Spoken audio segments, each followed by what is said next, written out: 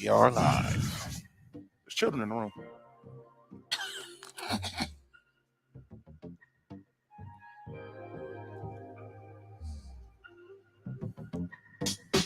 Good evening, good evening, good evening. It's Tuesday. You know what that means. It's time for the #1 sports podcast in the world. It's time for Sports for You. Live on YouTube. I'm John. That's Mark. What up with it? That's Nick Freeze. Are you kidding me? What do you do? And before we get to the good stuff on the show, we're going to talk some NBA Finals. We're going to talk some NFL. We're going to talk some MLB. We got to obviously, if y'all follow us on social media, y'all know the big news over the weekend. And that is our very own Nick Freeze officially became a dad over this weekend. Cups up, cups up. Thank you, gentlemen. Thank you. Completing the Sports for You Salute, trifecta salute. Yes, sir. of fathers now.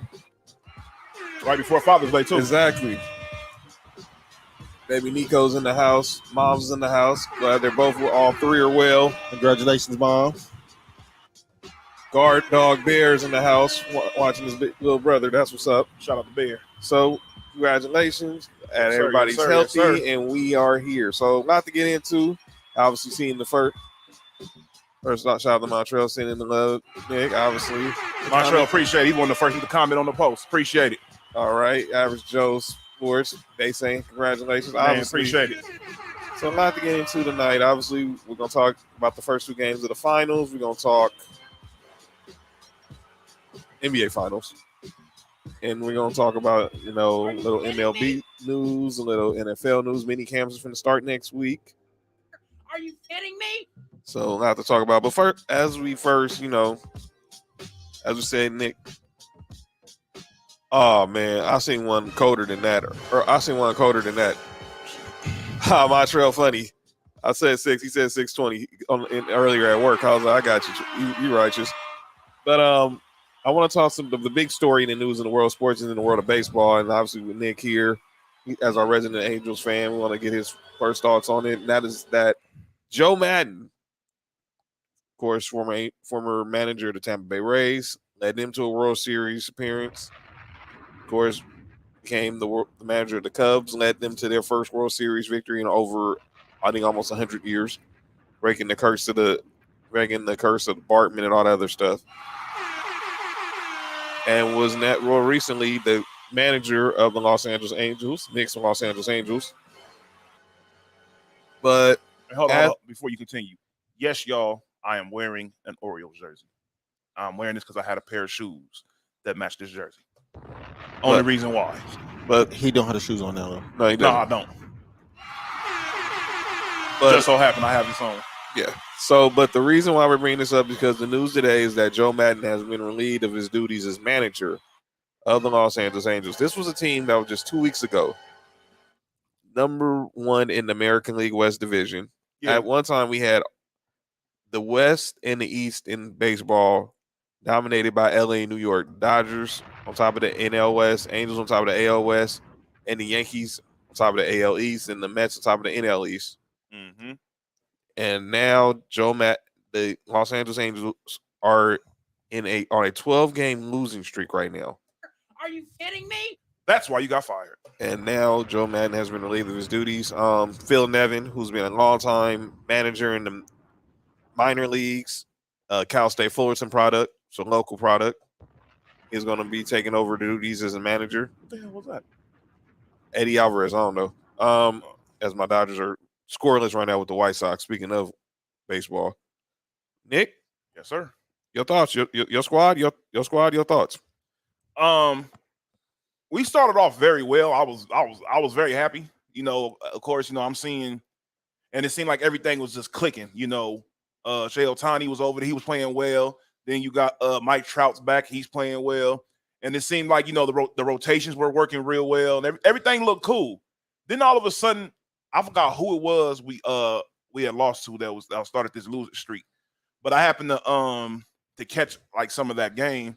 And I'm like, man, what the heck? This doesn't look like how the way we've been playing this year. Like a quick shift. Mm-hmm. And then over the past couple of days, obviously, I've been kind of busy. But over the past couple of weeks, I'm noticing that we're not we kept every time I look, we just losing. We lose. I'm like, what's going on? Then I think the last game that just happened was probably the final straw. So I think it was in the fifth inning because I went to go to Fat Burger to get something to eat, shop the Fat Burger. And while I was there, the Angel game was on. So I figured, I had no chance to really watch no sports over the past few days. So let me go ahead and catch this while I got the opportunity. Right. And we're up. It was 5-0. I'm like, all right, cool. I go back. I tell baby, I'm like, hey, we up 5-0. She's a Dodger fan, so every time the Angels win, I got to tell her something. So I'm like, smart woman. Yeah, at times. Not welcome to these Dodgers. Come on, man. But I'm like, yeah, I'm cool. I'm happy. All of a sudden, I get the notification later on. We lost 9-7. Ouch. So I'm looking at the comments on it. Montreal says, "Don't this always happen in baseball? Teams get hot and then just drop off for like a month." No, not when you have two players that are that good. And you started off that well. It's something need to be. And the thing is, I think they saw what happened already. Like, what happened in the past with him. And they're like, something, we started off well, and there's still a chance that we can recover from this. So let's go ahead and nip this at the bud, because obviously it's something else going on besides just this 12-game losing streak is the reason why that it contributed to this. Because it's like you said, teams go up and down all the time. Remember at one point, the Dodgers lost like 15 games or some crazy number, and they were still number one. It's baseball. Yeah, in baseball, it happens like that sometimes. A 12-game losing streak in baseball is probably equivalent to like losing like what 4 in a row in NBA. Yeah, so it's not. It doesn't seem like that much, like that bad, but that's why I'm saying it has to be something internal going on. Maybe it was something to do with Ohtani, and he didn't like something that's going on. Maybe the same thing with Mike Trout. I don't know exactly what it is, but it wasn't nothing dramatic enough to get him out of there. But the 12-game losing streak and the way they played, because a couple of those losses were just like how that last loss was. We was up, so we lose a lead, and then we just. I don't get how you just allow that many runs in 4 innings. That's ridiculous. Watch the break. Wow. Kenzie said it was a rough day for LA. Well, yeah, other news in LA was that Derek Fisher was fired by the LA Sparks today. They should have fired him the moment he let Candace Parker leave. Yeah, me and Jamie was talking about that earlier. That should have been him getting fired right there. I knew that. I knew this was going downhill when he benched Candace Parker in a playoff game. She should probably told him to call Matt Barnes. Yeah, see, you're wrong, man. Why you going there? Go ahead, Mark. I think with y'all, it has to be something going on. I'm going along the lines of more of like maybe the 2 star players probably wasn't seeing eye to eye with him because in baseball, dog. I mean, I know 12 games is a lot, but that, like you said, that's something you can recover from. Yeah, like you said, it's like a 4-game losing streak in basketball. It's like. You can recover from a 4-game losing streak. Yeah. And the same thing, we can recover from a 12-game losing streak because you can win about 15 your next 18 games. Nobody remembers it. That's what I'm about to say. You can easily turn around and win 12 of your next 15. Yeah, and people don't even remember that you just lost 12 games in a row. Nobody cares. It's just like I said with the Dodgers. The Dodgers lost like 15 games in a row or some crazy number one year. Yeah, we lost in 2016 near the end of the season. We just kept losing. Yeah, and they were still number one. Yeah, it was crazy. And I just kept saying, and Dave Roberts just said, it's baseball. You just can't even predict. You can't predict it. It just happened like that sometimes. Yeah. But look at the Braves last year. We won the World Series, but we didn't get over 500 until August. That's the way it got hot at the right time. Exactly. Mm-hmm. That's all it is. Montreal saying, I'm looking at the comments. Obviously, Miss Lay's in the house. Obviously heard Montreal. We about to lose. Already trolling. Why? Because Kenley's coming. Yep. Man. And Trell says, I'm with Nick. When teams are losing that much, that means something is going on behind the scenes. And like y'all bring up the point with Ohtani. I think, if I'm not mistaken, I heard this on Mason Nyland today. This Ohtani's last year under contract. Exactly. So if you want to keep this man up over there, you got to make sure you do everything possible to keep pretty much. We have 2 possibly top 5 players, some like say top 10 players in baseball on our team. You have to figure. You already got Mike Trout locked in, right? You have to keep Ohtani locked in because that combination, especially what Ohtani brings to the game as far as just pitching and batting, you can't replace that. It's like they literally made a rule for him, so that shows you how good he is. So with that being said, you have to make sure that this dude is happy until he signs that contract. I'm just being honest. You got to make sure he's cool. You got to make, because once he's on the contract, not because it doesn't matter what he feels like at that point, but it's easier to make these decisions and deal with stuff after that.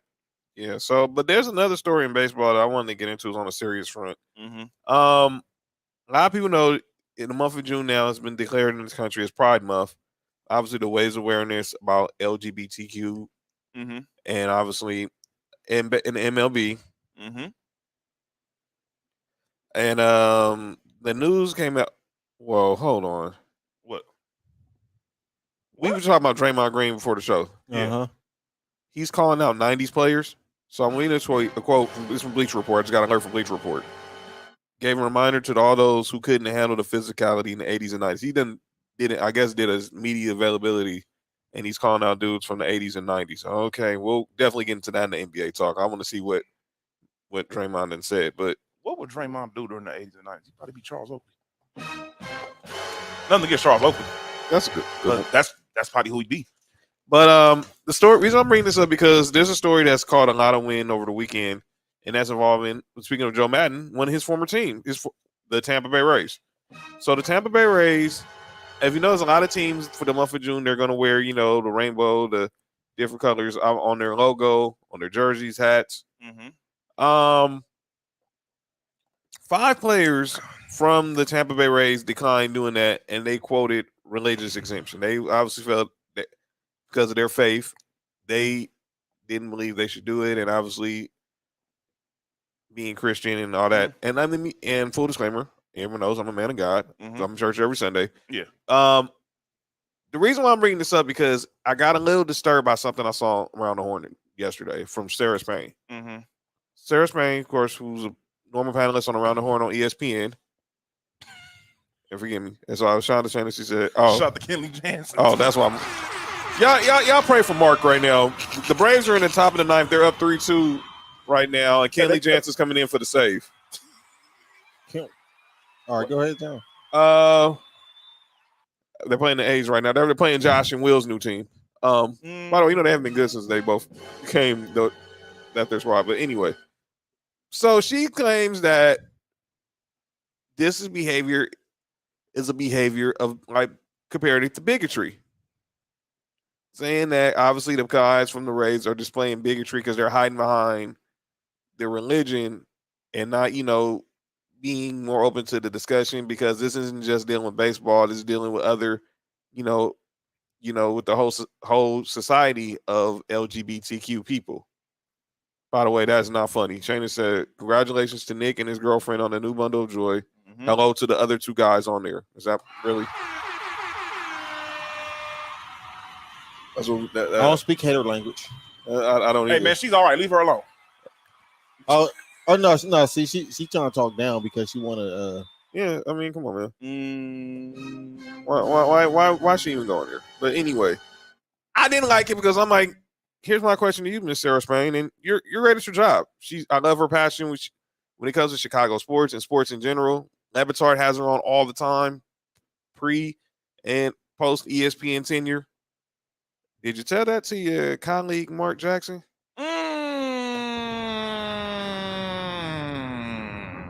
I'm gonna be clear. So I bring this up because I brought this up Sunday. Me and Mark was out watching Game 2 because a lot of people wonder why does Mark Jackson not have another job in the NBA? He gets interviewed, but he's being blackballed from being a head coach. I can break it down very easily for everybody. The reason why Mark Jackson does not have a job right now is because of his religious beliefs and some of the comments that he's made towards the LGBT community while being over there in probably the second or third biggest city that supports the LGBT community in San Francisco. So the quotes were, and obviously if you got any kids in here, please cover their ears. Please cover their ears. We do. Oh, luckily he's asleep. He's gonna hear worse as years go on. Pretty much. So it was a story I think ESPN wrote, and I'm reading the aggregated from Pro Basketball Talk over the weekend on Sunday. You reading the what? The aggregated version, the shorter version, not the whole full-length story. Pause. But anyway, wait, Area 51. Yeah.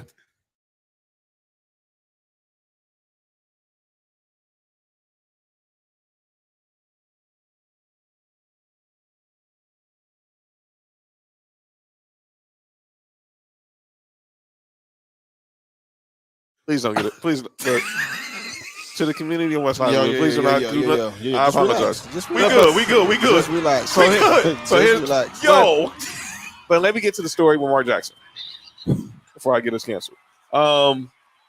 He had a run-in with Rick Welch, the Hall of Fame executive, longtime executive in the NBA, who was at that time the president of the Warriors. I think he's a minority owner of the Warriors as well. Okay. And obviously, Jason Collins, who brother Jaron Collins was assistant coach on the Warriors staff. Twin brother, I might add. And those who know, Jason Collins was the first player in the NBA to come out as gay. Shout out to him for being courageous enough to say that. Obviously, local dude here. Obviously, played high school ball in the Valley. Him and his brother. Who they play for? I forgot what high school they went to, but they're local. They're LA. I'm about to find out right now. And then they went to Stanford. But Mark, and again, please do not have any kids around when you hear these quotes. Mark Jackson reportedly in this ESPN article told, and by the way, the Braves won. You can relax now, Mark. Told people that Rick Welch and Jason Collins were penis grabbers who are going to hell. There was. Are you kidding me? Are you kidding me?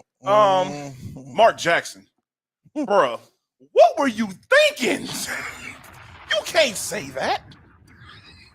He literally said those words, and I'm not repeating them. But that was, if you want to go find a story, Google Mark Jackson, ESPN, on your social media or on your Google search engine. Harvard Westlake. Oh, okay, that's right. He went to Harvard Westlake. They both the Collins twins with the Harvard Westlake. But yeah, those were the words that he said about Rick Welch, who's a Hall of Fame executive, long time the NBA, was the president of the Warriors, and then about Jason Collins. Can we go to Area 51 real quick? Yeah.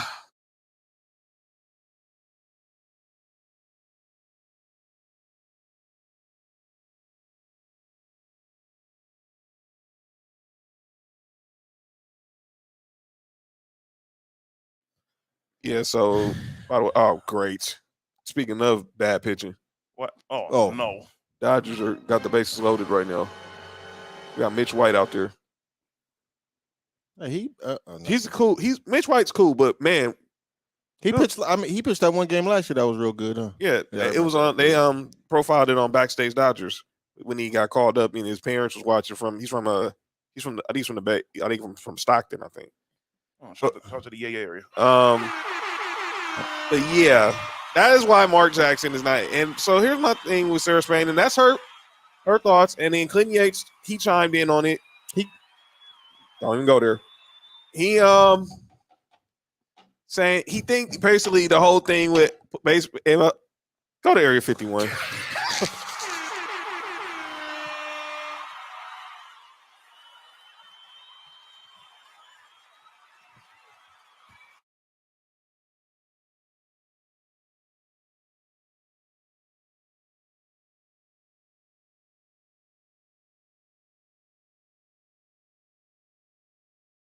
So Clinton Yates said he thinks it's a farce bet that the whole MLB wearing colors. Why don't y'all not speak on the whole "don't say gay" bill in Florida and all that? And Kenzie said, why does he care about whose manhood they grabbing? Should be the real question. Well, for those I don't know, Mark Jackson is an ordained minister. He has a church out here in Woodland Hills, here in LA. Mm-hmm. So look. And that's the reason why, I mean, personally, if you have your views on certain things, there's some things you just got to keep private, man. Because that probably will never be the reason why he'll get another head coaching job. You should be lucky he's on can even be on air with the what he's doing. But here's the thing, and I don't like outkick the coverage and Clay Travis and them dudes. But this is ESPN. No, ESPN. This is the line that they're walking. Mm-hmm. Because they haven't said anything about what Sarah Spain said, and they're not going to. Nope. Because you think about what happened with Jamel Hill when she called the former president a white supremacist. Look, was she right? Yes, but still, was she? Well, in their eyes, I guess they are calling the former president a white supremacist on air. She got suspended. Michael Smith went on SportsCenter. he didn't really, he just basically was like, I'm here just because I want to be here, but I don't want to be, you know something? I wonder what the current president was racist. Oh, yes, he is. But I wonder what these people think when the aftermath happens. Like, are you surprised that you get suspended for going on air and saying that the president is a white supremacist? Did you think nothing was going to happen? You thought everything was just going to be cool? You go to work the next day like everything was cool? You thought pretty much everything would be hunky dory? Yeah. Huh? That's a good one. Yeah. Montrell says pretty much that explains it all. He's lucky he's calling games. Paco sending a shout out to congratulations to Nick. Again, if you're tuning into the show, y'all haven't heard the news. We posted on our Twitter account, the Sports Review Podcast. The great Nick Freeze became a father over the weekend. Shout out to him and moms. They are both well. Baby's well. Most definitely. And the registry is still open. Y'all want to donate. By the way, if y'all want to get in contact with him, y'all know where to hit him up at Nick_Freeze on Instagram, at 99Grill on Twitter, Instagram. If y'all want to get info on the registry and all that good stuff to help for baby Nico. Shout out. But yeah, that's why I that bothered me. I'm like, come on, Sarah, man. You got to be careful. And ESPN, again, this is the line they're walking because they're picking and choosing. Good job, Mitch White. Yeah, that was a good pitch right there. That was a great pitch. Uh-oh. What happened? That's for you, Nick. That's for you, Nick. Man, I don't want no Charger onesie. Knock it off. See why you try. Look, the only Charger I respect is Junior Seau. Rest in peace. Most definitely. Trojan. Most definitely. If it's Junior Seau involved, I'll be cool with it. Is he the greatest Charger of all time? He's the most notable Charger I can think of. I can't think of a better Charger player than him. Some people say LT, but LT is a buster in my opinion. How about to say where he got it? By the way, did you know LT had actually got a Jets tattoo when he was when he was with the Jets? I didn't even know that. If I was a Charger fan, I'd hate LT. Did you know that? Man, look. I heard Scott Cowboy talk about that. The way LT did them that last playoff game. They're calling Nick a bully. Why? Because you dissing the Chargers. Man, look. If it's Junior Seau involved, I'm cool with it. Don't LT, no. LT. I got more respect for Phillip Rivers than LT. And all 14 of his kids, possibly 15 by now. But yeah, shout out to again and Nick and Nico and Mom feeling well. But we had to definitely get into that. But I didn't like ESPN again. Y'all playing both sides of the fence. They're playing. Let me be careful when I say. You gotta be careful what battles y'all gonna fight. I'm all for free speech, but y'all put Jemele Hill on the bench for it because of what she said. Yeah, because she said something extreme. She said, "Don't get me wrong, this is an extreme accusation as well." But look, oh my goodness, and I hate this because it's gonna make me seem like I'm over here going against our people. Some people will say, but no, there's certain things you if you gonna say it, you have to know there's gonna be repercussions. Like no doubt, you can't say nothing about the president. Like no matter how much you dislike the president, there's certain things you can't say. I remember my grandmother telling me when Arsenio Hall had his show the first time, the show was doing cool, and then he brought Bill Clinton. He brought what? Was that the episode he brought Farrakhan on? No, he was cool. She said that. She said he was cool until he invited the president, who at the time was George Bush Sr. Right. And he invited him to the show, and he turned him down, and he went on a whole rant about it and disrespected his wife and saying everything. She said after that, his show was done for within a month or two. There's certain things you gotta remember, man. At the end of the day, there's certain lines you cross, and you can't be mad at the repercussions of the when you cross those lines. I 100% agree. Every action has a reaction. If you can't deal with the reaction, then don't put the action out there. That's a fact. That's a big fact. And then they'll complain about the reaction. That's the part that kills me. Like what did she expect to happen after you just went on there and called the president a freaking a white supremacist with what basis? Obviously, this was in the heart of the whole Kaepernick thing, so you already know where this was going. And ain't my fault they had everybody fooled. Ain't my fault Kaepernick had y'all fooled. But you fooled me. But since we are talking, since that's a good segue, even though it's an uncomfortable topic, we got to get into it. The whole Deshaun Watson thing. It seemed like, so we were on the air last week, and a young lady came out after the interview with the two of the plaintiffs, went on Real Sports, and obviously they were insulted by the way, Mark Montreal's like Mark's shirt. Oh, good looking. Paco's liking the hoodie. Shout out. But yesterday, and by the way, Kenzie's saying he agrees with everything you're saying, Nick. So you're spitting fire right now. Huh? Spitting bars. Anyway, what is going on? Jason Tatum is. Whoa. Please tell me that's not his avatar now. I'm about to go look. Go ahead. Okay. If that's true, I'm about to say Jason Tatum is slowly becoming Jayceon Taylor. Oh, and it's real. Ladies and gentlemen, Nick Freeze just broke some news. You break the news, man. Kenzie, Paco, keep your ears open on this one, brothers. Listen, y'all. Listen. I understand that, you have your idols and everything, right? Mm-hmm. When I was playing football, my idols was Warren Sapp and Reggie White. Those were the dudes when I played football. That's who I want to be. I want to be aggressive and everything and strong like these dudes. I wore number 99 because of Warren Sapp, all that. But there's a point where you go from admiring to being obsessed. A stalker.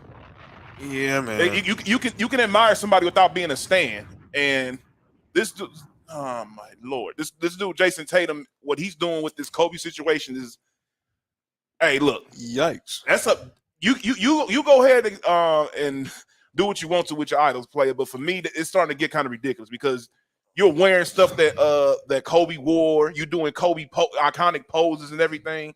And my thing is this: you don't play like Kobe. And your reason he's bringing that up because Jason Tatum on his new Instagram avatar is the infamous pose where Kobe's laying on the court with the basketball with the basketball behind him. Yeah, and he recreated it. And he has his picture at the bottom and Kobe at the top. Look, man, I'm trying. Look, I love. Everyone knows I'm wearing the man's hoodie for a reason. Paco didn't like that. But come on, man. I said it even after Game 7. If I was a Boston fan, I'd be offended. I get he was paying tribute to Kobe wearing the 24 armband, but man, look. At the end of the day, player, you like Kobe that much? Go to the Lakers. I'm like, man, come on, bro. I'm a Boston fan. I'm like, where's your where's your allegiance? Man, this is crazy. It gets, like you said, very stalkerish. Beyond. If he recreates a letter, the Dear Basketball thing, I'm gonna lose it. Hey, man, you got to win an Oscar before you can do that. Shout out to Kobe winning that Oscar. RP to the great. Man, you got to win an Oscar if you're going to do that. But the story I want to bring up, again, back on the Deshaun Watson story. So now, yesterday, he's saying, so Paco said, what the F? And then Kingsley's saying he's being Allie Lauder. What does that mean he's being Allie Lauder? The actress? What does he mean? Oh, Obsessed, the movie with Idris Elba and Beyonce. Got you. Man, that man wins the chip. Man, look, he might go put on a Kobe jersey after he win the chip. That's Tatum's cry. He wants to go to LA, according to Miss Lay. I'm not putting no dude in the Lakers uniform till I see him sign on the dotted line anymore. Yeah, the movie Obsessed. I just caught on to that. Good line, Kinsey. So Deshaun Watson has 24 civil lawsuits against him for sexual misconduct. So like I said, over the weekend, so last week we had another young lady, after seeing the Real Sports interview with the other two of the 22 plaintiffs, she came out and said that she joined the lawsuit. And now yesterday we had another young lady join the suit. And then today, the New York Times releases a story saying that he had seen 66 different massages in the last 17 months, and the Texans provided, the rooms for them for this to happen. Whoa. That man was stressed out. Wait a second. So the Texans provided the rooms? In this story in the New York Times, yes. Listen, man, that man was stressed out, man. He had to get he had to relieve his stress somehow. And then you have Friday, his attorney, Rusty Harding. Boy, that name, man. That's not a good name to have for your attorney. Nope. He came out and said, basically, I don't even know how to. You know what he said about happy endings? He said, you go to a massage, you go into a masseuse, you're going for a happy ending or something. I'm paraphrasing. But man, it did not sound He right. said technically happy endings aren't illegal. There you go. And technically he's kind of right. Yeah, I did see. So Deshaun Watson went on his Instagram and he quoted Rick Ross. Y'all go see that. What did he say? If you go on the Instagram story, he basically quoted a verse from the. Put some a drink. They didn't even know. Not that one. Not wrong. Bro, I was about to. Not that Rick Ross quote. Not that Rick Ross quote. You'll find this also. You'll find this all over Twitter. It's all on Twitter right now. Not that one. Not those Rick Ross quotes. That's Bill Cosby verse. But he basically denying that the stuff that was said that was alleged about him. Uncle Kev said only if you pay for the happy ending. That's right. That's what Rusty Harding said. Thank you, Unc. Oh, so he's getting these for free. Shout out to him. I'm assuming they were paid for by the Texans. Oh, so the Texans are paying for all this. I'm assuming either. So I think the Texans probably paying for the massage, not for him to, relieve himself. There was no exit on the freeway. I'm sorry. Oh, Lord.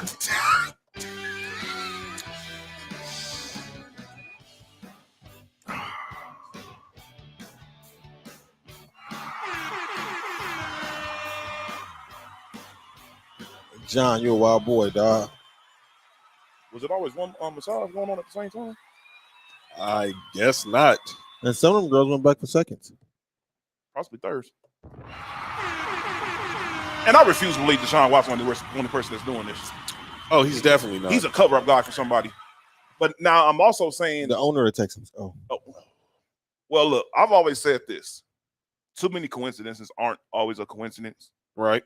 Now, he has 24 cases. I'm not saying that maybe some of them aren't valid. Because I'm going to be honest with you, you get accused.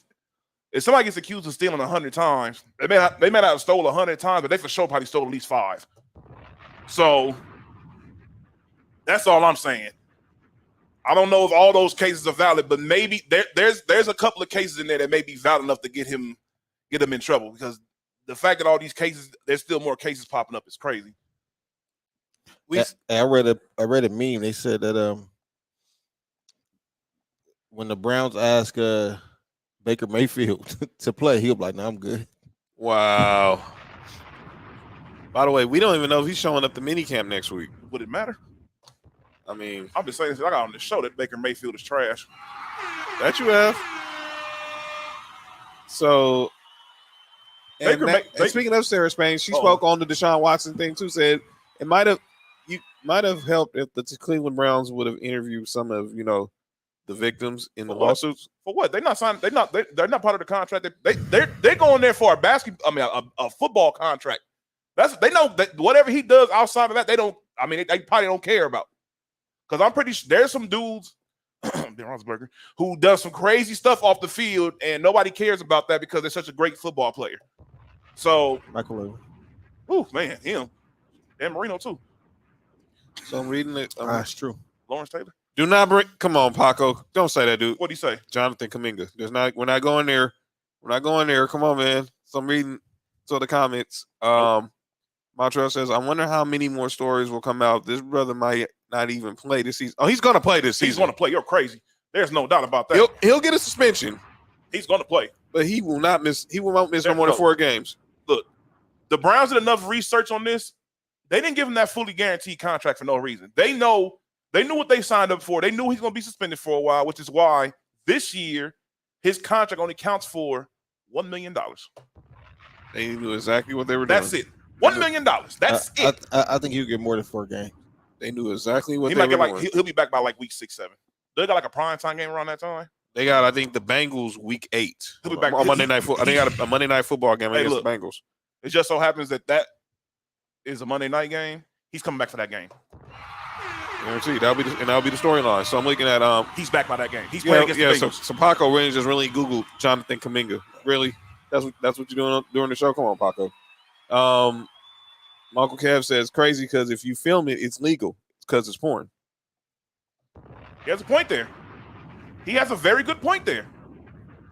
I think these dudes need to start having these contracts in there before all this stuff happens. I'm gonna be honest with you. So Paco said Baker told Mary Kay Cabot that there's no chance in hell he reports, and that was an hour ago. Baker, nobody cares. You suck. Speaking of people who are not reporting, DK Metcalf, he did not report the minicamp. He's at a. You talking about the guy that said no? He's not accepting no Drew Lock slander. Yeah, that guy. And then what else? Deebo Samuel reported to camp. Like everybody knew he would. He is still demanding a trade, but he reported. Nobody cares. You're playing this year and next year. You're gonna be on the same team for the next 2 years. So you're saying all that until they offer you that $180 million contract. You'd be like, oh, I love San Francisco. I'll never shut up. So last week was SEC Media Day. We talked about this a couple weeks ago about the whole situation with Jimbo Fisher, Nick Saban, and Deion. Well, they had SEC Media Day, and quickly Nick Saban backtracked. Said he has no issues with Jimbo Fisher. Are you kidding me? I'm gonna say this, man. I'll let y'all have at it because obviously two of us are SEC, have allegiance to the SEC. I don't. That's why I say two of us, 2/3 of us.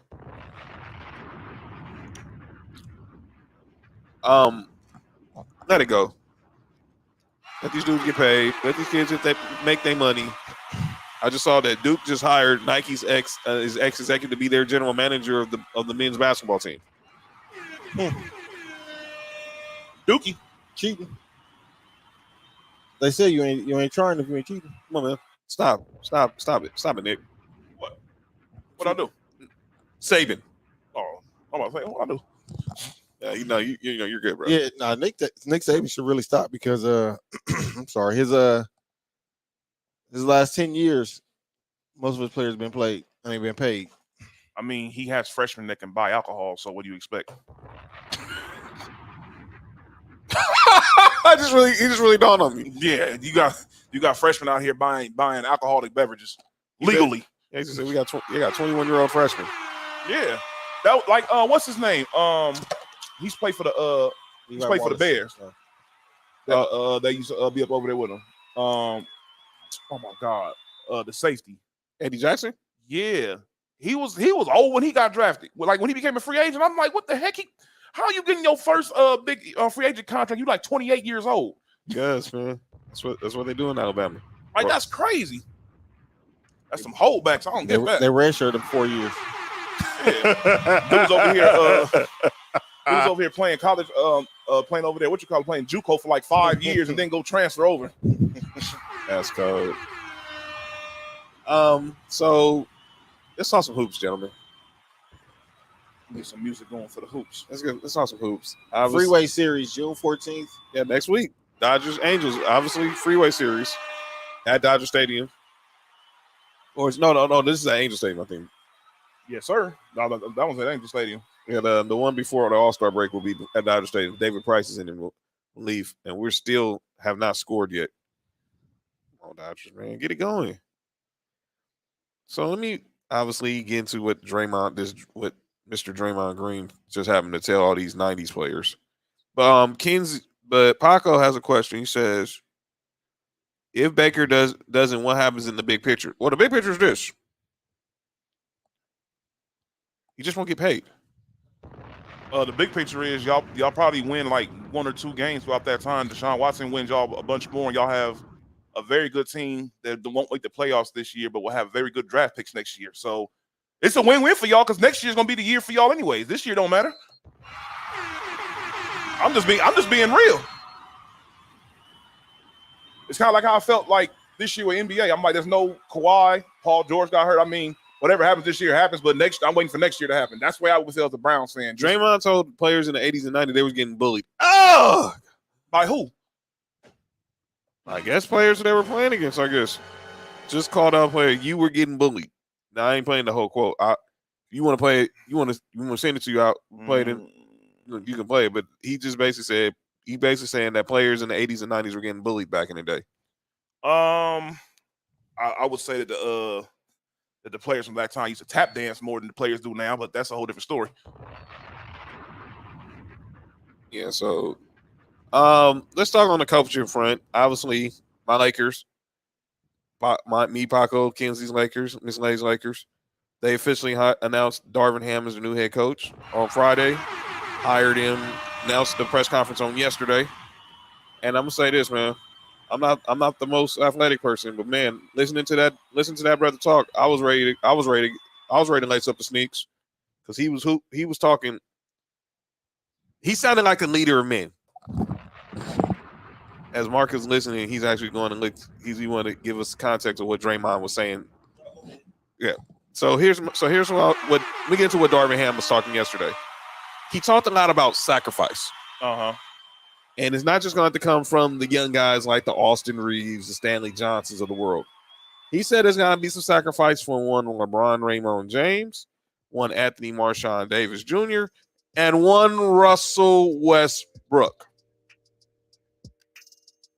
I'm going to get into the whole Stephen A, JJ, CJ McCollum thing because I think a lot of people are blowing that out of proportion. I watched the whole segment.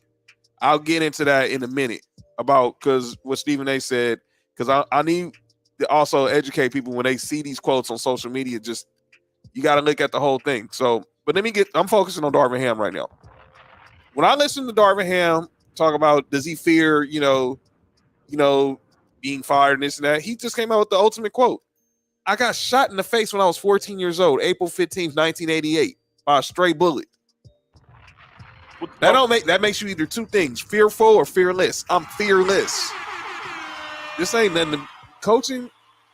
There's nothing to be fearing about coaching. People who are going on fight for our freedom, they're the people who need to be talking about. I'm looking at that. So let me pause that. Mark just basically listened to the Draymond clip. What did you get from it? Yeah, I heard some of it. What he was saying was kind of making sense. He said a lot of these 80s and 90s players talking about that, if Draymond couldn't play back then because he was soft or whatever. He was like, you had like the Rick Mahorns and the Bill Lambiers. They say, they knocked me out, but they probably knocked y'all out too. Wow. He said so it'd have been the same thing. He's the only thing different is that in the 80s and 90s they was getting fined $2. He was like, if he knocked somebody out now, he getting fined $1 million. And he was like, y'all probably couldn't play it in today's era because you had to be more skilled than y'all was back then. Oh man, we're getting killed right now. Pause. There's certain players. I don't think he was talking to everybody in the 80s, 90s. I know who he's talking about certain people. Talking about certain people. Yeah. But there are certain players I'm like, they were good back then, but I don't know how good they would be if they did play in today's game. And that's what anybody. Yeah, and it's cool and it's funny because when you hear players couldn't play today's game, couldn't play in the 80s and 90s is because it was more physical. But when you hear a lot of people who say they couldn't play in today's game because it was more skillful. Right. So, it's a different era, man. My personal opinion, I think, like for me, when like the 2000s, like from 98, 99 to like 2007 or 8, basketball was crazy because like around that time, that's when the dudes like Kobe, the AIs, the Tracy McGrady's, the like the Vince Carters, all those skillful athletic players, they hit the league, and you got other guys like where'd that come from? Like Jason Kidd and all that. All these guys that were like basically babies during like 95, 96 that got drafted that were pretty good. That's when they hit their peak. And basketball was very good around that time. There was a lot of good competition on the East and the West. The West just had better teams because they were more star-studded compared to the East. And it's nothing wrong. It's still like that. I want to bring something real quick. We just, we had the discussion just now about Mark Jackson, and I brought up the whole Sarah Spain thing. So my guy Esteban I used to work with, that worked with on Showtime for him. He saw my tweet. He saw my tweet because I asked her. I quote tweeted the article from Outkick. Is your colleague Mark Jackson a bigot too? So my guy Esteban just said this. Mm-hmm. It's part of why Mark isn't a coach, and if he echoes the Rays players, then yes, I'm sure she wouldn't be shy about saying it. The reference lifestyle choices and not encouraging it, which is coded language that was used decades ago. At best, this bigotry is based on ignorance.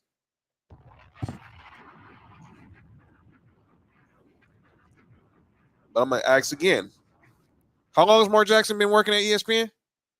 For a very long time. He's working there for a long time. For sure. I can't remember. I don't know the exact how long time. How long have MLB probably been celebrating Pride Month?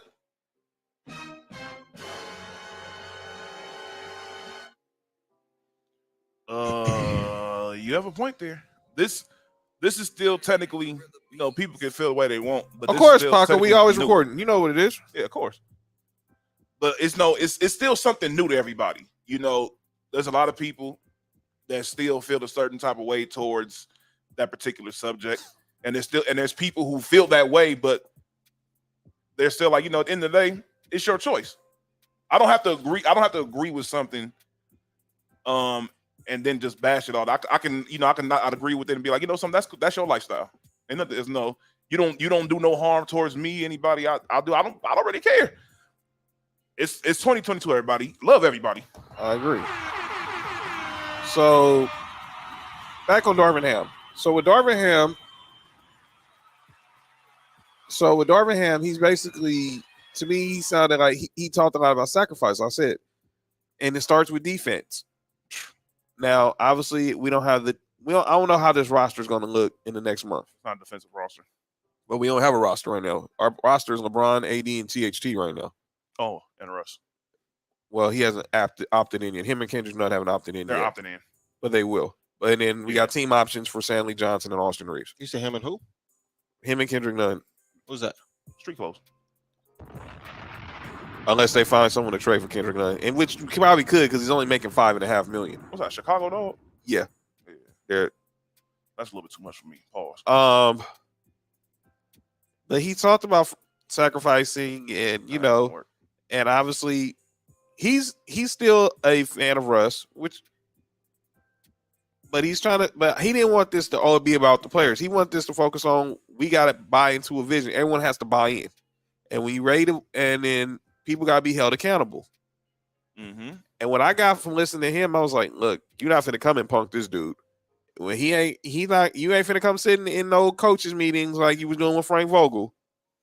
You gonna basically have to he gonna say what he gonna say, and you gonna like it, or you gonna have to kick rocks. Or he gonna eventually kick rocks. So let's bring on the situation on the staff is. So on the staff, he announced that David Fisdale won't be back, Mike Penberthy won't be back. And then John Lucas III won't be back. But he also, that's the one that LeBron jumped over, huh? Yeah. Oh yeah, he sure did, huh? Yeah. That he did.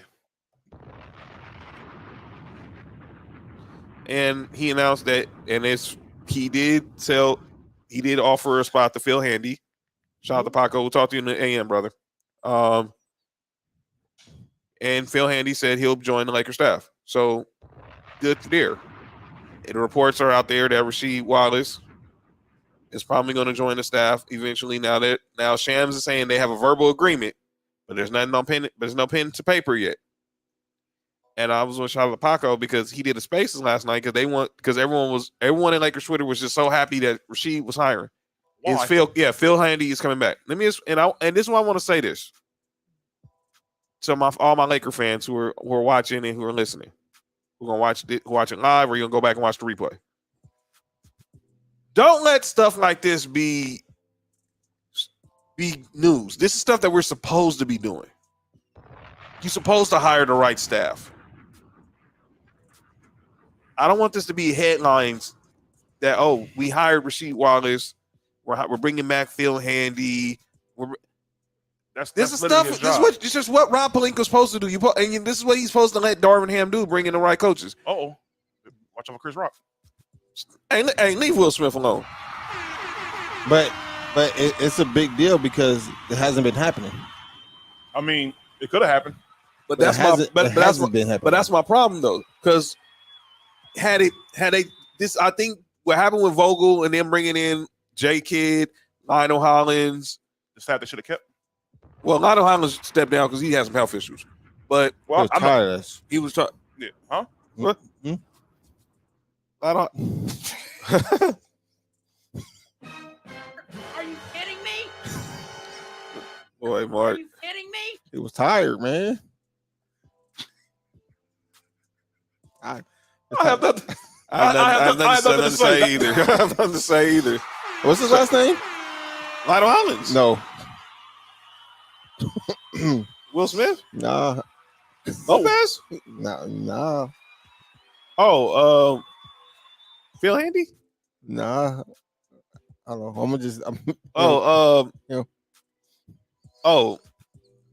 What?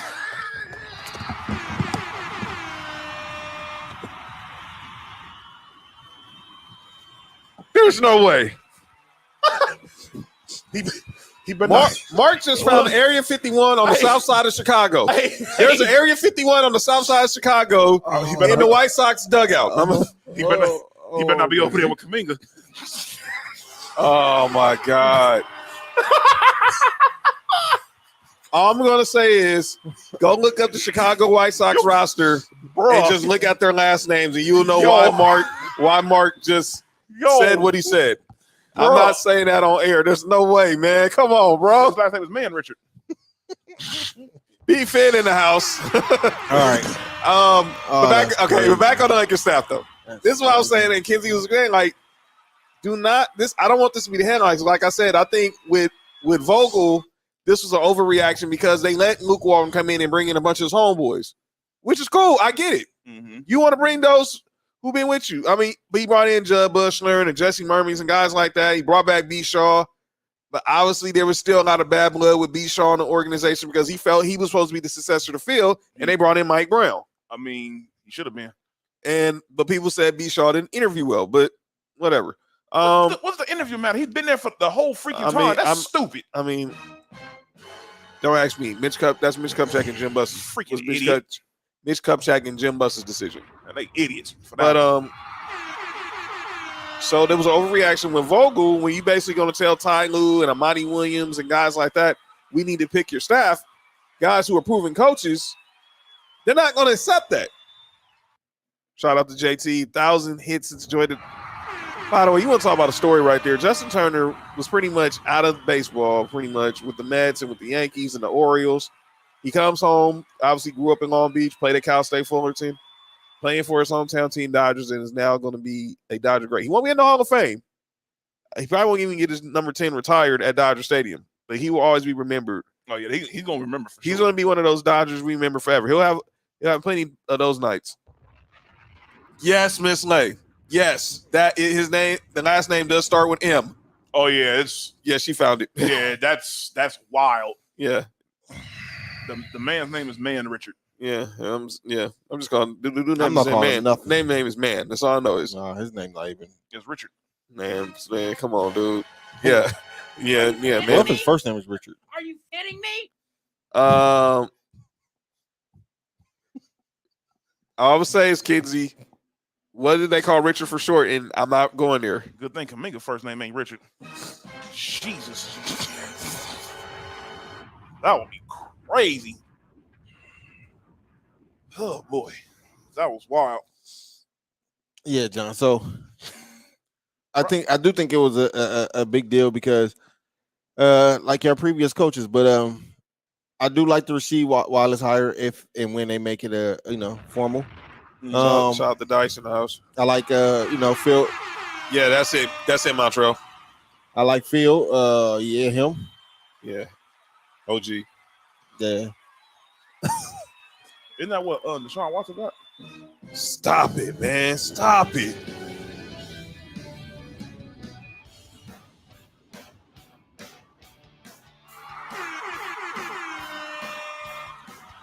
Shout out to his coaching staff that he's putting together, though. Are you kidding Kenzie, me? you fouled for that one. He said, man, just imagine if he played for the Mavs. What? The you know what? The Bang Bros. Hey, man, we can't be saying that. That's copyright infringement, man. You didn't know that's what I forgot that's about what Dorian Finney-Smith and Reggie Bullock called themselves. Because you know the Wait, Splash Bros. Now they got the. No, I'm All right, come on, man. Let's go. The finals. so it was Montreal says that don't take him to Mark Jackson's church. so it'll be the Splash Bro versus the Bang Bros. What in the world's going on, man? These names these days. And he would have been the point guard on the team. Oh man. Are you kidding me? He'd have been leading the drive. Leonard Buchanan on Twitter said that Rasheed Wallace could be a huge ad. So it will be, and I want to get there. And that's why I want to focus back on what Mark was talking about with our staff. I have a question though. What's up? Why? Because I think me personally, everybody knows she, Said Braun wasn't that good. but I personally think he'd be good for Anthony Davis. He said what? No, he said Braun wouldn't have been as dominant in his era. I said he played. He beat you. There's He dominated y'all. There's a pose of him dunking on you. Rasheed Wallace. How many It was points he scored? It was in your era, Rasheed Wallace. How many? And he was young. 21, 22. When, 25. you talking about when he had the 25 straight against? 25 straight. Yeah, that was And that how old was was he? that was a 22-year-old LeBron James. And that was your era. Lost your damn mind. Yo, Kenzie had a question for you, Mark. I don't know. I'm not. He said, "What in the world? Did you just say that? No. Come on, kids, man." Comments is going insane. This is crazy. Oh man. But anyway, like I said, the whole coach. I don't want this to be the big deal that they bringing in the right assistant coaches. This is what you're supposed to do. And I think it was an overreaction because Vogel, pretty much he basically said he accepted what the Lakers gave him. Basically, you can hire Jason Kidd, you can hire Blino Hollins and those guys to be on the staff Because he knew he was in the free ring. but had Linda Ramos not stepped in, pretty much Jason Kidd would have been the Lakers head coach, and wouldn't have been no ifs, ands, or buts about it. I think they got the right hire. And speaking of hires, the news on Sunday: Quinn Snyder, after 8 seasons, is resigned as the head coach of the Jazz. And I've heard they turned down trades, And they are turning down trades for Donovan Mitchell. which means that Rudy Gobert. Yeah, of course Rudy Gobert is out of there. Wow, my Uncle Kevin was wild. He said that's still not worse than NASCAR great Dick Trickle. Huh? There's a NASCAR driver with the name Dick Trickle. Wait. Bruh's last name was Trickle. And he saw what his first name was. Yo.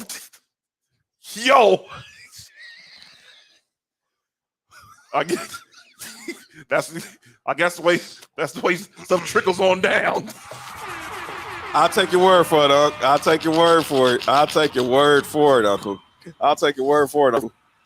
Oh, man. What's naming these kids, man? What's wrong with these parents, man? Hey, man. Did someone even just think about how that sounds? Nah. What Steve Kerr didn't. But anyway, go ahead. Oh, wow. Try to tell y'all. That still is insane to me. Don't say his name too fast. Not say it fast. Nope. That's the way it's meant to say, I think. Shout out to my man Splash in the house. By the way, Splash in the house. Splash, I still disagree with you on that Tatum take, but I'm glad you tapped in with us, brother. But But on to Quinn Snyder. So now Quinn Snyder is out as the coach of the Jazz after 8 years. He's the second winningest coach in franchise history behind the late, great Jerry Sloan. Man, shout out to Jerry Sloan, man. Rest in peace. Rest in peace. And now the Jazz are looking for a coach. Ooh, what a pitch. Reports are they've gotten permission to interview Terry Stotts. Word is Dwayne Wade, who is a minority owner of the Jazz, which I still think is stupid. Why in the world out of all the teams? It's crazy. Kenzie said, "Oh, stop it, man! Stop it, Kenzie." Frank Vogel, yeah, okay. He's like, Splash is anti-Vogel. He's cool. He's anti-Vogel. But Kenzie said, Kuminga and Trickle. What would you call that backcourt? I don't even stop it, man. Come on, trickle effect. Anyway, go ahead. I guess that was too. That was alley right there. That was pretty good. That was fast thinking. Dice is in the comments laughing right now. What did I say? Area 51. Area 51. What did I say? I don't even know what I said. Area 51.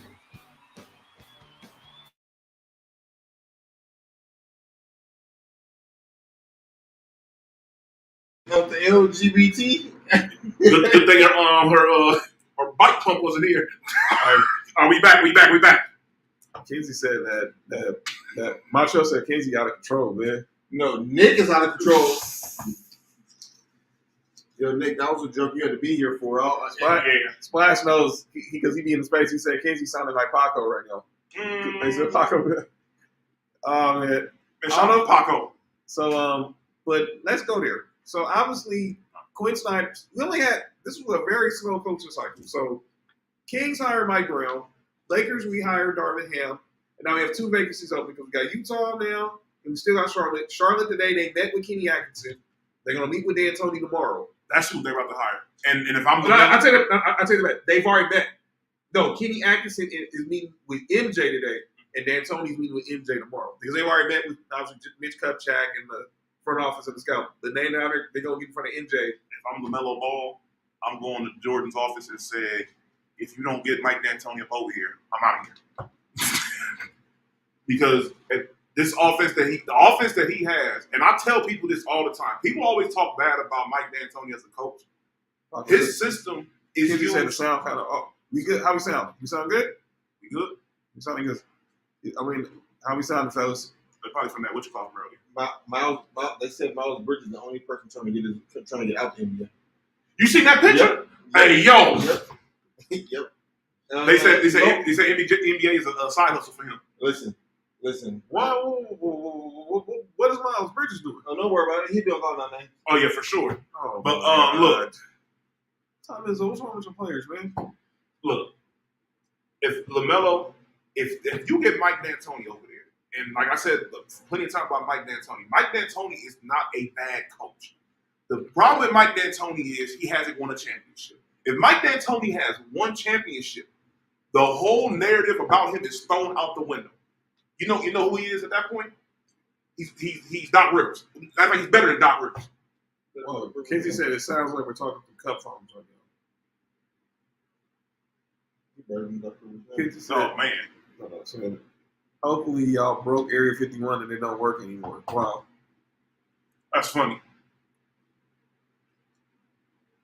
Let me see here. Go ahead, T. I got it. Okay. So hold on, we can get that together. Just give me 1 second, folks. Just give us a second, folks. But I'm thinking, like, okay, so D'Antoni is the coach for LaMelo. Obviously, we know that offense is guard heavy. The question is, what's the defense? Because obviously, Charlotte's defense is going to be the question. Because obviously, they're going to put up points. Shout out to Mo's in the house. Shout out to the Six. If I were them, you know what I would do? Honestly, I wouldn't mind getting D'Antoni up over there. And then what you do is you trade either because you want to keep Terry Rozier. Because Terry Rozier in that type of offense would be very, very well for him off the bench. He's already very good off the bench, but him over there with that offense off the bench would be crazy. But you trade Gordon Hayward, and what you do is you trade him for specific type of players. What you do is you trade him for players that are like 3D type players. PJ Tucker. PJ Tucker would be cool for him, but they need somebody that can that's a little bit more consistent on offense to fit it. Kansas said, I guess the Mike had actually had to beat it back on so he can beat it back on and off the season. Yeah, go ahead down. It should be good now. That's not how we sounded, folks. So I'm seeing Bo says there's no D on the D'Antoni's team. Well, wow.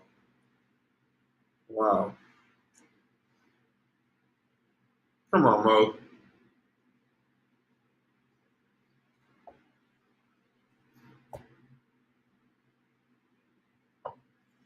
Mike D'Antoni. I'm saying trade Haywood for a box of sugar cookies. Hey, if you got the soft chocolate chip cookies, I'll make that trade. Fresh baked off the chain. Mm-hmm. But yeah, that's what I would do with that, or try to get like a make a trade for who they have playing center over there. Okay, here's say we did. All right. Who's their center? Yeah. Who's I was gonna say who's their bigs over there? Well, it's Bridges. It's Brittany Reiner baby daddy. Oh, PJ. Is he a center? PJ Watson a center? They might be power forward. What else? Because they do play. Well, obviously they have Borrego playing small ball too. So Miles Bridges might be the center. What the hell is wrong with Martin? I told. Why you even bring her up, man? What is? Why did you bring her up? What is wrong with Martin? We were talking about Charlotte, man. Oh my God. That was pretty funny. All right, but yeah, they need to they can make a trade. And to be honest, Kinsey said Mason Plumlee's their center. he'd be better as a backup. He's out. Did he get out? No. Okay.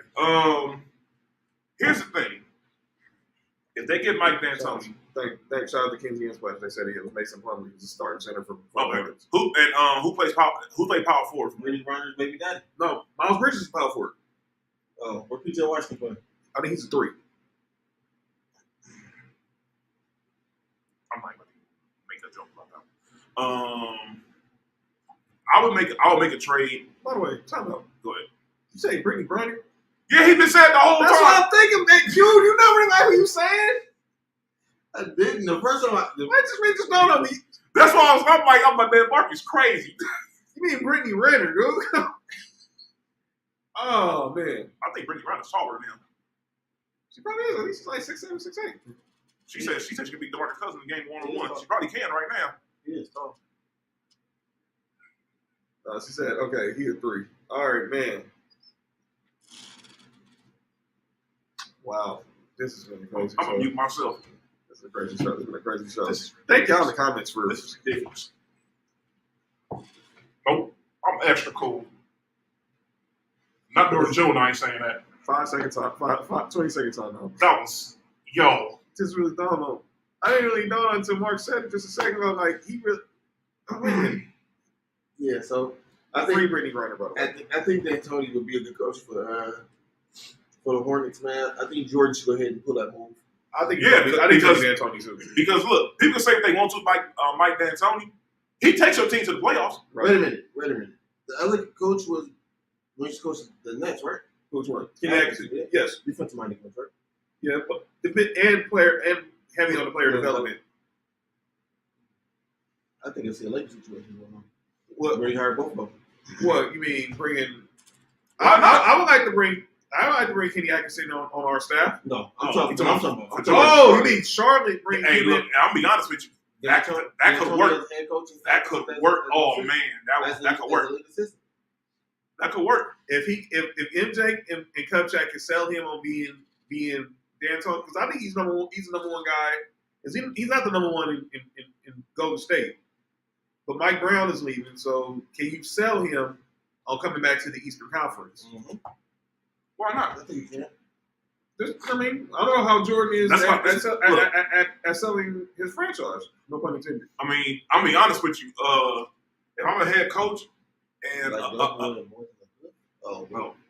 player like LaMelo is intriguing for me as a head coach, especially if I'm an offensive coach because of LaMelo's whole bag on offense. And to be honest, he can affect the game on defense too. Yeah, I think my boy Mo, he really does not like D'Antoni. He said he's the coaching version of James Harden. They both fall when it matters. Like Ronnie said, he saw James Harden the other day. Said, dude look bad. I guess that you just dress any other way when you have him in his balance, I guess. I wouldn't mind James Harden Clippers. All right, let's talk some finals talk. Okay. Real quick on the Jazz before we get to the finals. What do you do?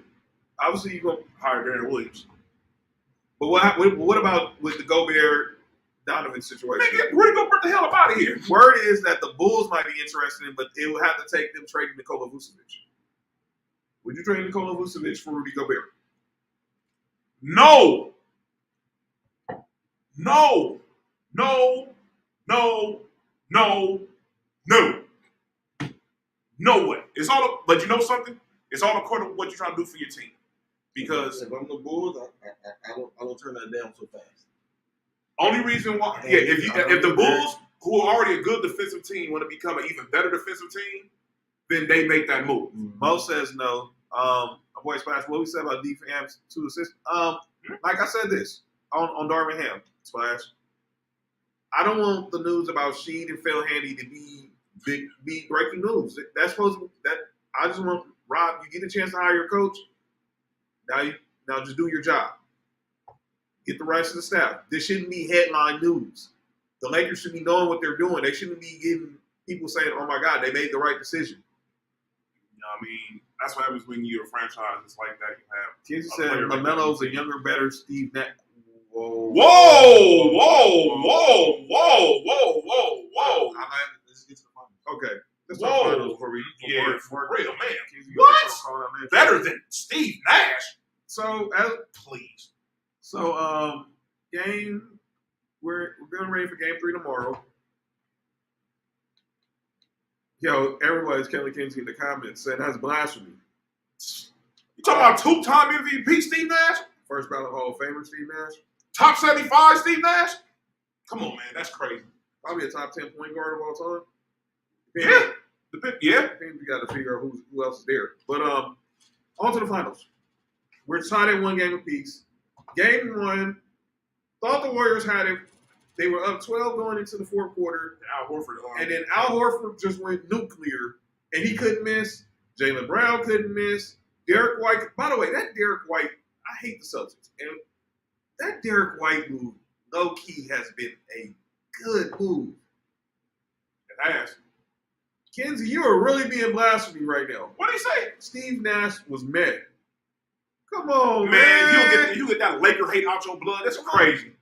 Look, I get Steve Nash broke his leg in the second game with the Lakers, man. But I'm not going to take away from that dude's Hall of Fame career, man. Man, Steve Nash went over there. He was not. Yeah, you know this. A constant 96er, man. Look, Steve Nash went up over there to the Suns and made them the Suns. And it was his second time. Remember, he got traded for Jason Kidd.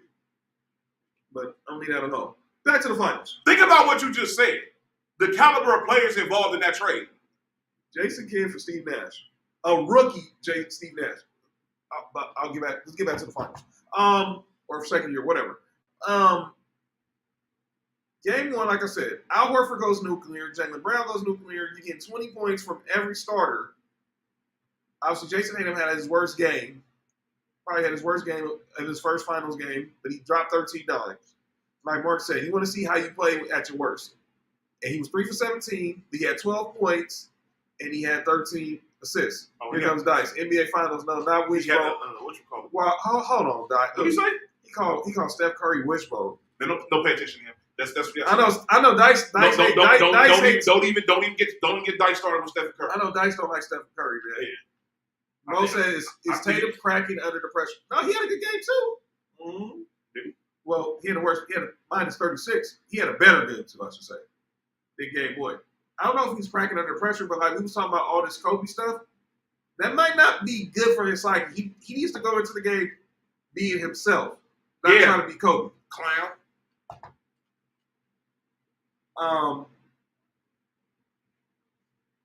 What type of craziness does sound a Celtics player over here going goo gaga over a Laker? That sounds crazy. Lisa in the house, what up? Shout out to Lisa. But here's I think about game 1. 40-16 in the fourth quarter.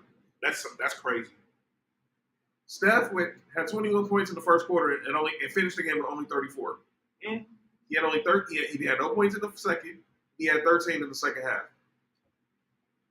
Klay Thompson has been struggling. Jordan Poole is not. Slow down, Dice. Don't you dare! What do you say? Y'all read that. What do you say? He had a superstar? No. Yeah, okay, go ahead.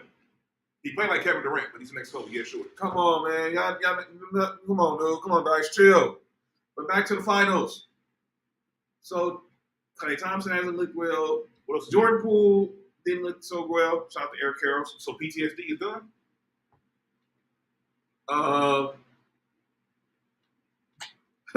Jesus said, y'all said I had bad takes. But game 2. I don't know. You did say Klay Thompson best shooting guard in the league. That was pretty terrible. But go ahead.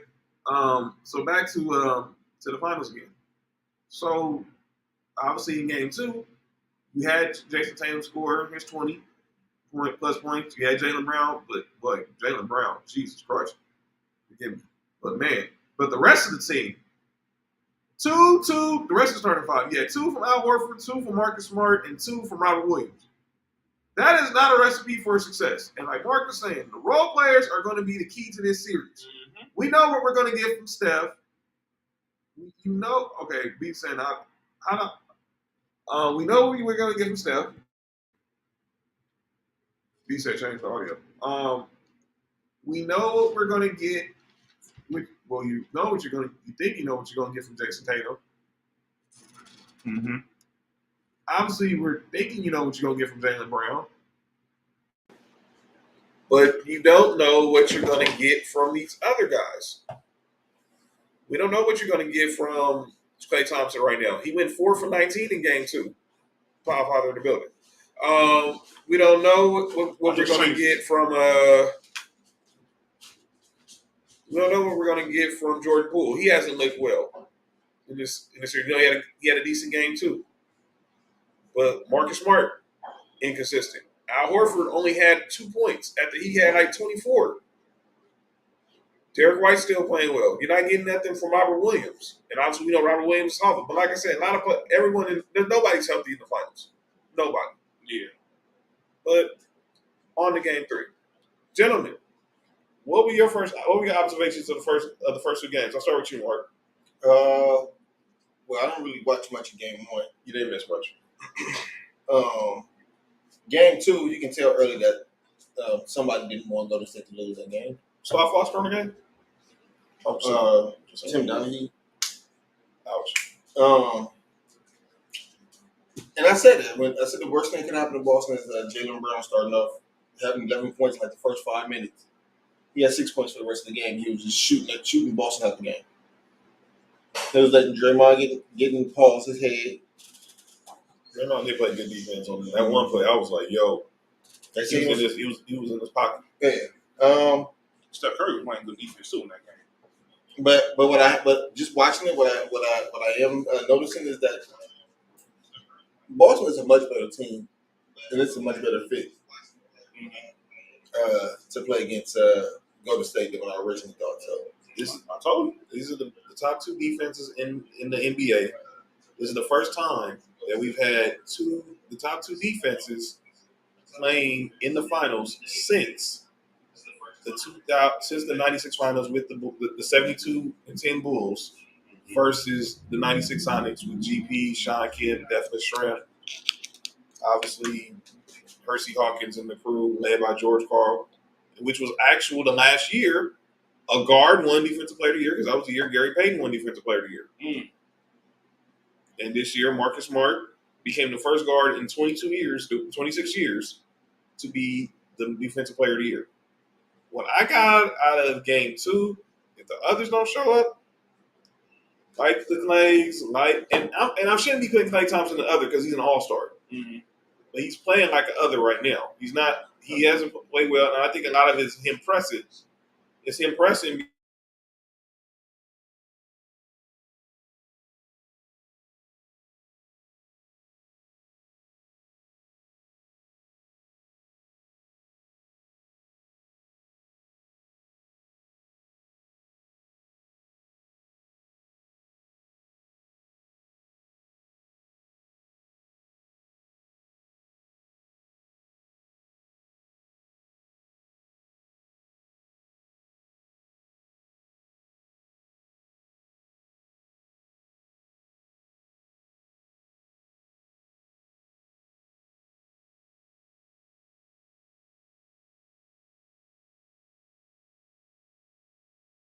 I told y'all, like, Klay Thompson has to be careful because this dude Jordan Poole gonna mess around and put them in a predicament where they're gonna have to choose. And he's trying to, don't get me wrong, we all know what Klay does.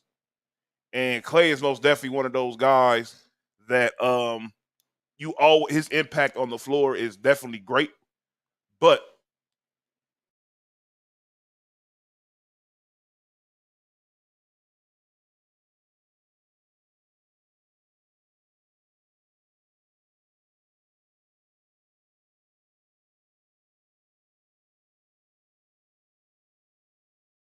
saying that Andrew Wiggins is playing defense the way he is, it's like, okay, we can pay this guy all this money to do this job, or we can keep both of these dudes up over here because Wiggins still give me 17, and Poole gonna give me like about 6.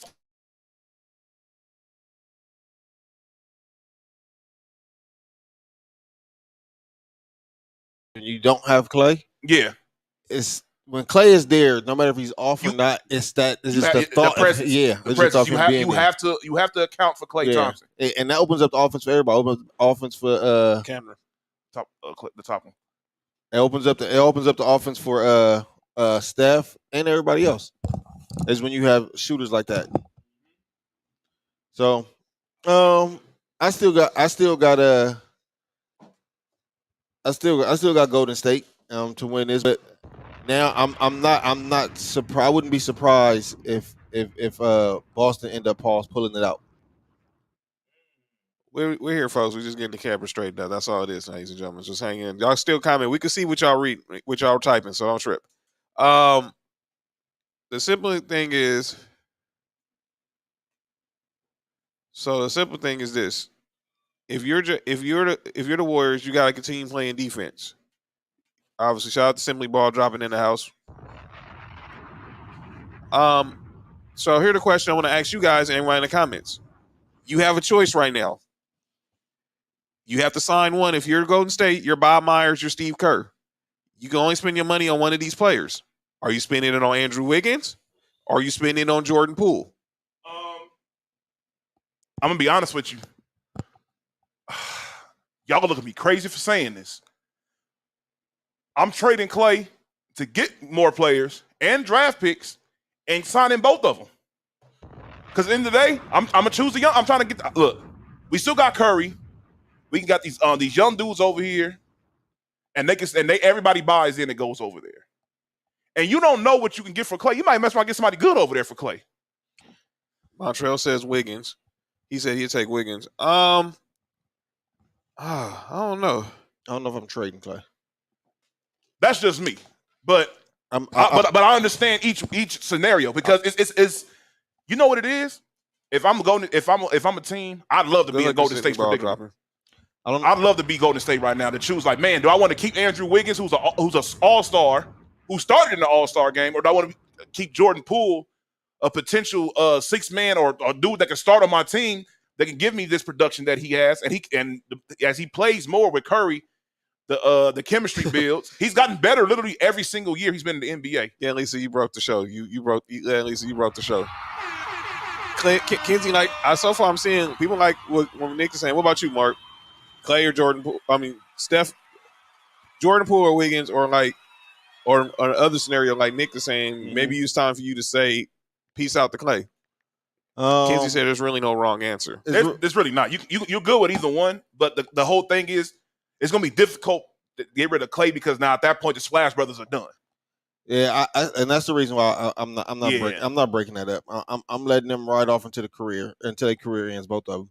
So if I had to choose one, I'm choosing Wiggins. I'm keeping that core together until they go. It's Steph, Klay, and Draymond. You can't let the All-Star leave. I'm sorry. But the thing that's crazy about it is Jordan Poole's only 22 years old. And I think Jordan Poole would take a he'll take a pay cut. He'll take a hometown discount for this contract, especially while that nucleus is still there for maybe like the next couple, like 2 or 3 years. Because the thing is they built such a good nucleus while Klay was gone. That's a big reason why I said that as well. Because they were still pretty good before Klay came back this season, and it's how he got better. And then look, Wiggins, he's 27 years old. So that's what I'm saying. These dudes are A young. lot of people are agreeing with Nick on this Clay trade. It don't sound too far fetched. See, The only reason why I say is because they've already used to playing without him. He hasn't played in 2 years. so I'm seeing simply. And look, and you got to remember, James Wiseman still got to come back and play. So they say Montreal said Clay would be the The young man nucleus. out. Come on, man. Kinsey said that's the best scenario, but there's no really wrong answer. Simply Ball Dropping Podcast said Nick Clay would be a good trade piece for young assets. Exactly. Splash says Clay opens the door for the future. Bingo. Uncle Kev said you trade Clay, you break up the family. I got a mock trade that I just saw on Twitter. It's not involving any of the teams in the finals. It's from the great Bill Simmons. And Montreal, you might want to listen up for this one. Bill Simmons just recently on this podcast suggested, what if the Brooklyn Nets traded Kyrie Irving? To who? The Miami Heat. For what? You send Kyrie and Joe Harris to Miami for Kyle Lowry and Duncan Robinson. Somebody else. Who is smoking? That is the one great William Simmons. That is a dumb trade. Somebody else in Brooklyn gonna be demanding the trade too. Kevin Durant.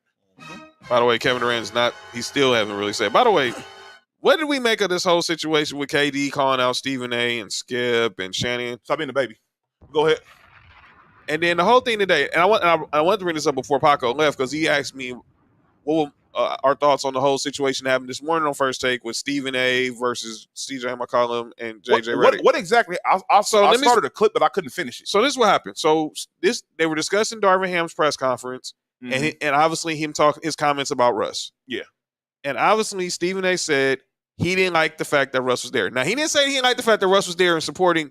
And as soon as he said that, JJ Redick and CJ McCollum just jumped to a conclusion like, how you not going to say you like him there? And then CJ went to saying, well, you don't like him there supporting the black man. And Stephen A was like, hold on. You didn't let me finish. He didn't like it him there because how the Lakers going to perceive that this man's going to be, you're letting him basically talk about how this man's going to be part of the team, and you're quietly shopping this dude. Is he still part of the team? Right now, yes, because he hasn't picked. Yes. All right. So he should be there. Until that player, he's there until the finals are over. I'm like this. I think this is a story because obviously they brought up because Dylan Hernandez asked about would you bring Russ off the bench and this and that, and Russ laughed. I would. But number Russ one, is an idiot for even laughing at that. I would take that role. Here's my thing though.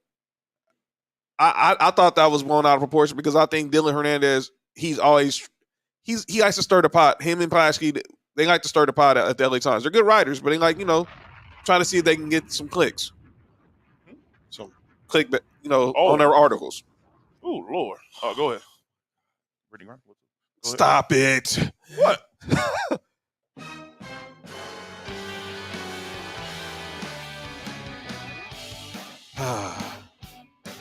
Wow, this has been Area 51. I don't know how many Area 51s we've been to today, but anyway, it could be a Guinness Book of World Records. But and he's basically saying like, because I think players being at press conferences, I think it gets.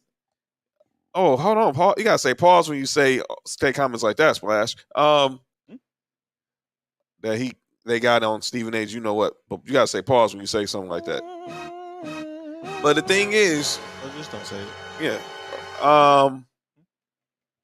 I just think good catch, Mook. We need some runs. We need 4 runs in the top of the ninth. Yeah, good luck. Go ahead. Players being at press conference, I think is overblown because Josh Hart was at Frank Vogel's press conference and he got traded 4 weeks later for Anthony Davis. That's what the Lakers are talking about.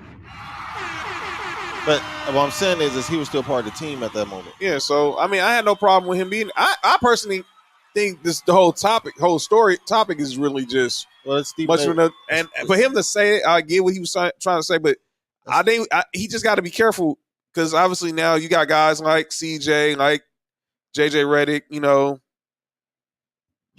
like I said, that was a bad camera pan. I mean, personally, what he said Russ wasn't laughing. So I didn't see it, so I'm not going. So I'll take his word for it. But some people on Twitter saying he was. I think the show got canceled like 10 different times. Kenzie crazy. You part of the reason why he probably could have got canceled, but one of the main reasons. The main reason. Yeah. So, but back again to the finals. Game 3 tomorrow. Game 4 Friday. and then Game 5 on Monday when we be back. I think this series is 3-2 Golden State when we get back. I think Boston wins tomorrow. I think Golden State wins games 4 and 5. What you guys think? Well, if I'm going by my prediction, it's going to be Golden State winning the next 3 in a row. 3-1 Uh, or 4. Yeah. Do I want to make a bold prediction? Do we have a champion by the next time we come up over here? Nick Foster said Boston in 5. Not. I don't know. We'll see. I don't think we have a champ. Well, when we're back here next week, I still think we're on. I think we're on our way to Game 6. And ladies and gentlemen, it's time for the segment that's often imitated, never duplicated. It is time for calling out names. Hold on, before we go to calling our names. So Jordan Poole is 22. Andrew Wiggins is 27. I think James Wiseman may have just turned 21. He just turned 21. And Klay Thompson is 32. Curry will be 34. Is 34 right now. What you can do is, and his impact is still just as great as the rest as it's ever been. The Golden State system, you could pretty much throw in a couple other players at this point, and it'll work because all of a sudden these young dudes are going to be that are great players going to develop under Curry and become very, very good. When James Wiseman finally comes back and play, I think that's when Golden State going to be very, very even more dangerous than they are right now. Oh, Montreal, are you going to do your segment on Crazy Sports? Yes, I am. I'll do it right now, right before it starts. So, nope. One of them look like a sourdough jack. Come on, man. So, Crazy Sport this week is a sport that's called Arm X. What? This lady said she's sticking her prediction. Warriors in 6. Kenzie said I think they ain't let Wiseman walk. They ain't gonna let him walk. He's still cost control. Crazy. This is what I think about that. I'll talk about that later. But Arm X is basically two fighters. They put their arms on the table like this, and their hands are taped together. And it's on a little table, probably about a little bit bigger than this. And once the referee calls the match to start, these guys pretty much go into an MMA fight while they're taped to each other. So literally, what you do is you're taped like this. Once it starts, you can punch the dude. You can pull him closer towards you with this hand to punch him. You can kick him. You can knee him. You can do whatever you can possibly while y'all hands is like this. I got a question. Go ahead. So when y'all fall, do they fall on each other? No. So this is what I've seen. The craziest one I've seen is the guy was like this. They started. The dude took a kick like right to the temple and was done instantly. He just fell over, and there's people all around. Like when these dudes fall, they catch them. Oh, okay. Yeah, there's like a whole crowd around them. And the thing is, Kenzie know what you just showed us, Mark. What? But well, what the basis, the thing that's crazy is about this sport is when I've never heard of this sport, and then I look it up, and it's actually a very popular sport. They be in like arenas and everything. They be on stages doing it's a crazy sport, and it's like they have sponsors and everything. It is one of the craziest things I have ever seen. It's called Arm X. It is crazy. Y'all look that up. It will,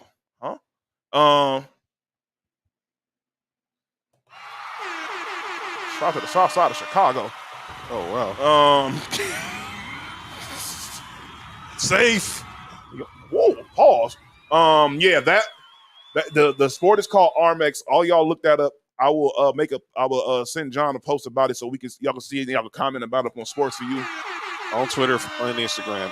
Everywhere. Montreal said he got one. They call it intergender MMA. They call it what? An intergender MMA company in Russia. So basically men fighting women in the MMA.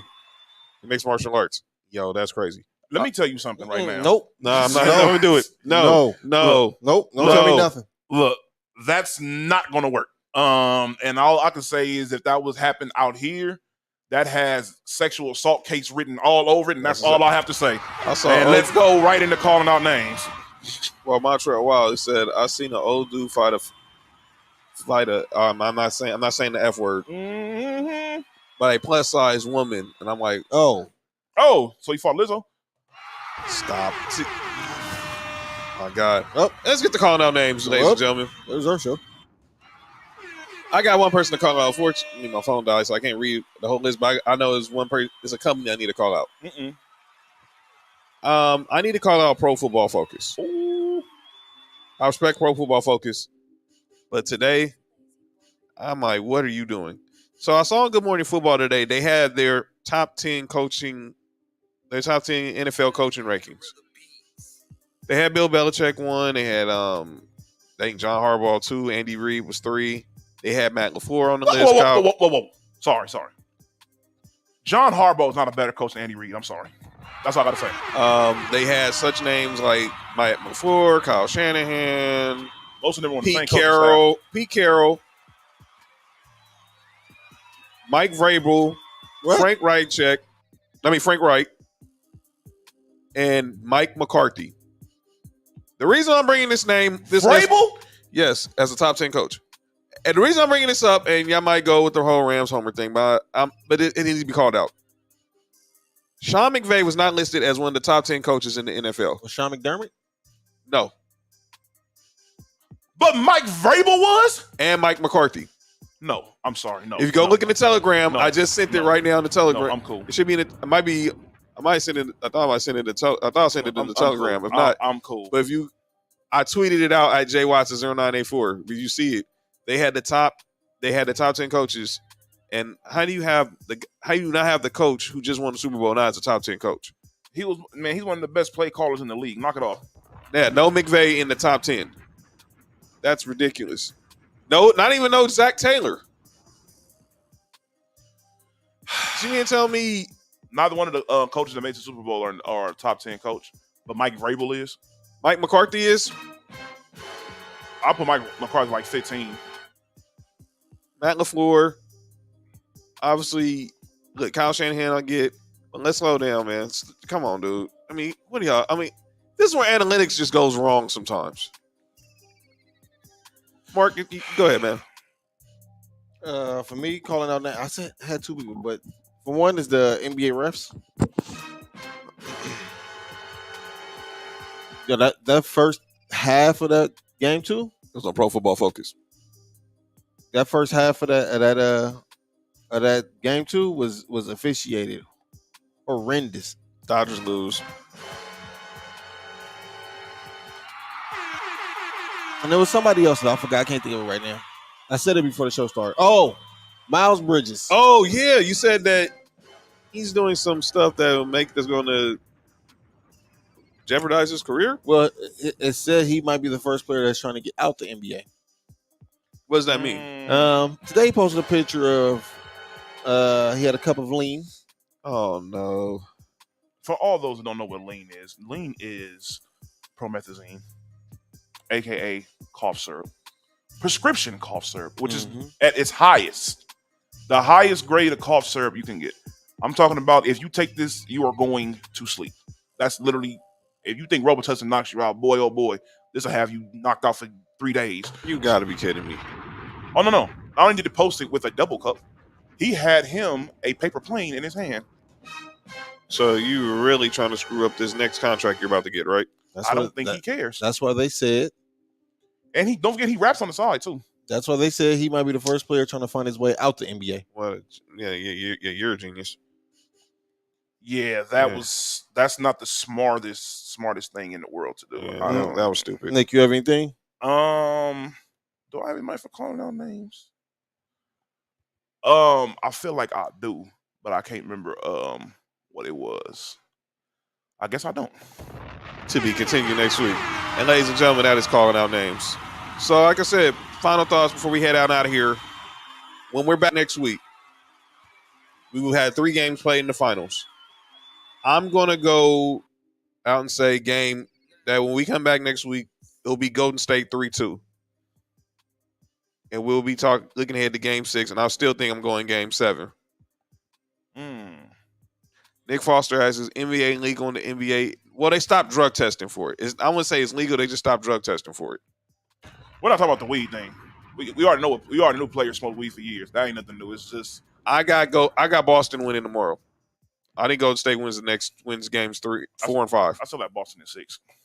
I think Boston wins tomorrow. First home game back in the Garden. First finals game back in the Garden since 2010.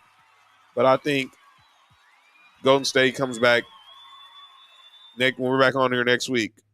It'll be Golden State 3-2. Kenzie said he has Stephen A. Smith and Skip Bayless on calling out names. Well, Splash Gordon said Miles Bridges has bars. I've never heard him rap, so I can't judge. So yeah, he doesn't rap too bad. Like I never heard him rap, so I'll wait till I hear him. Yeah, y'all probably wouldn't like it though. I'll be honest with you. And then so what you guys, Mark? We're back here next week. What's the series? Or as you predicted, are we talking about the team as the NBA champs? I think my prediction gonna be wrong. I still think Golden State will win. I think I'm with you. I think it's gonna be 3-2. Golden State. Nick?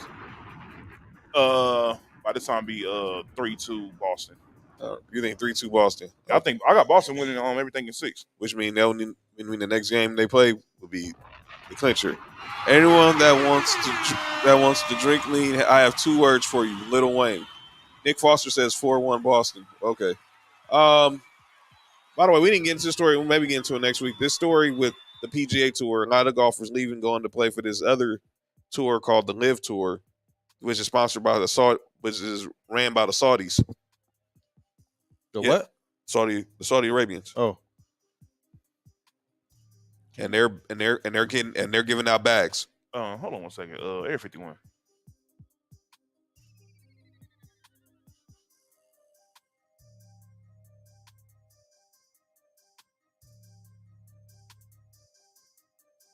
The Arabians.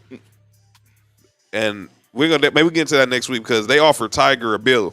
He said, "No, I'm good." And I mean a Billy. But we'll get into that next week. But enjoy the finals. Enjoy games 3 and 4. Again, congratulations, Nick. Baby Nico is still. Oh, he just woke up. Right, y'all right in time. There you go. It's all right. Yeah. Nico's. Oh, he wake. Baby Nico's recently waking up. So on that note. Again, if you want to follow us again, at Sports For You Podcast on Twitter, Facebook, and Instagram. Game 7, what power forward do you want? KG or Sheed? KG, of course. Oh, KG, easy. Not even close. You can follow me at jwatson0984, Twitter, Instagram. Thank you, Ms. Lay. See you. You know, she's still trying to take Mark's job. She wants to, don't worry. During when we get close to the football season, we'll have some guests on. When we do our pick'ems, we'll discuss that later. Follow Mark at HighOnMark on Instagram, at HighOnMark1 on Twitter. Follow Nick at Nick_Freeze on Instagram and at 99Gorilla on Twitter and Instagram. Thank everyone being in the comments. I know because the inside joke, Splash. Shout out to everyone who thinks Splash. Shout out to Miss Lay. Shout out to Kenzie. Shout out to everybody. Shout out to Nick, Montreal, Lisa, everyone who was in the comments. And Miss Lay said, "Hit me up next time. Mark is out of town again." Wow. Yo, fam, what's going on here? Miss Lay, you okay? You all right over there? We don't know Chargers will go here. Wow, boy, that would be crazy. Chargers, Raiders, Broncos, man, that'd be an international incident. Only charge I need is for my iPhone. Speaking of Chargers, I got to put mine in the car. And again, follow us on all social media at Sports For You Podcast on Twitter, Instagram, and on Facebook. And if you're watching on YouTube, subscribe to Townhouse Media on YouTube. This episode will be available. We'll be back next week. Enjoy the finals. Enjoy if you watch hockey. What happened? Hey, waiting on Mark next assignment. Because y'all know what y'all know what he's talking about because Mark was traveling on the East Coast, you know what I'm saying? Of the country, not the East Coast of Los Angeles. You know what I'm saying? Can't say that out here. Thank y'all. Yeah, you right. Yeah. You ain't lying. Hold on. Man. Oh, wait a minute. Man, show over. This is Sports for You, episode 104. I'm John. That's Mark. What up with it? That's Nick What it Freeze. do? Baby Nico. We out. Peace.